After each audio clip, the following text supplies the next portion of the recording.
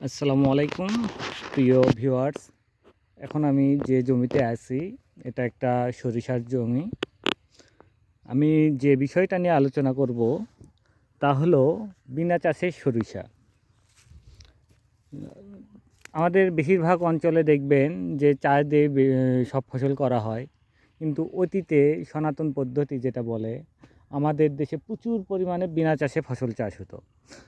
তারই কিছু চিত্র এখনও আমাদের পাবনা জেলায়, চাটমোহর উপজেলায় বা পাবনা জেলা বা চলনবিল এরিয়াতে যে নাটোর, সিরাজগঞ্জ, পাবনা, প্রত্যেকটা এলাকাতেই এখনও বিনা চাষে সরিষা, বিনা চাষে রসুন, বিনা চাষে আদা, সরি আদা না, বিনা চাষে পেঁয়াজ, রসুন, খেসারি, গম, ভুট্টা, আরও অন্যান্য যে রবি শস্যগুলো আছে এগুলো বিনা চাষেই আর কি হয়ে থাকে। তো এই যে দেখেন, আপনাদের দেখাচ্ছি বিনা চাষে যে চাষ করেছে। এই যে দেখেন, যে রোপা আমনটা যে ছিল, আমন ধান ছিল, তারা ধান কেটে নিয়ে যায়।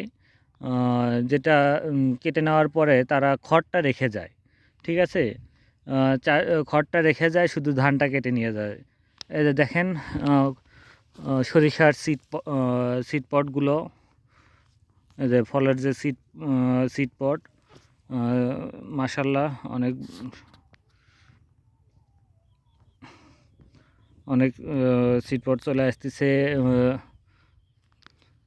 দেখেন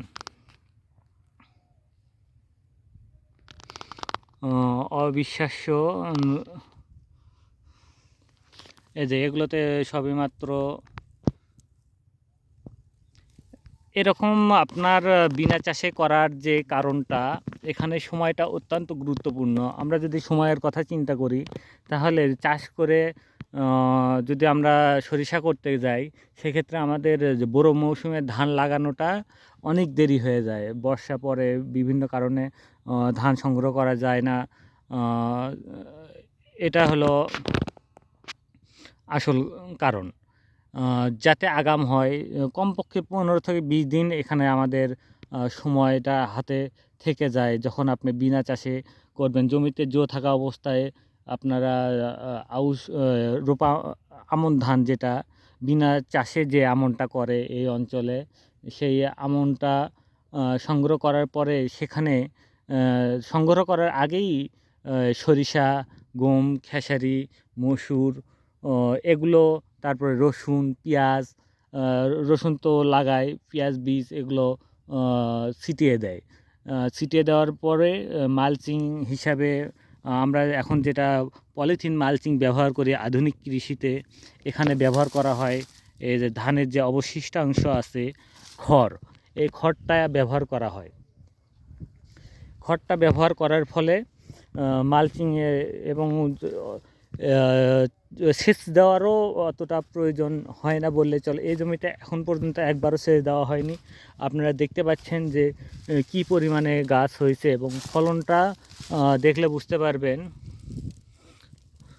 এই যে দেখেন ফলনটাও মাশাআল্লাহ মোটামুটি ভালো। বিনা চাষে একদিক দিয়ে আপনি বিনা চাষে করার ফলে সময় মতো ধান চাষটা ঠিকমতো করতে পারতেছেন। এবং যে এই জমিটা যদি আপনার পতিত থাকতো, এই জমিটা কিন্তু কোনো কাজে আসতো না।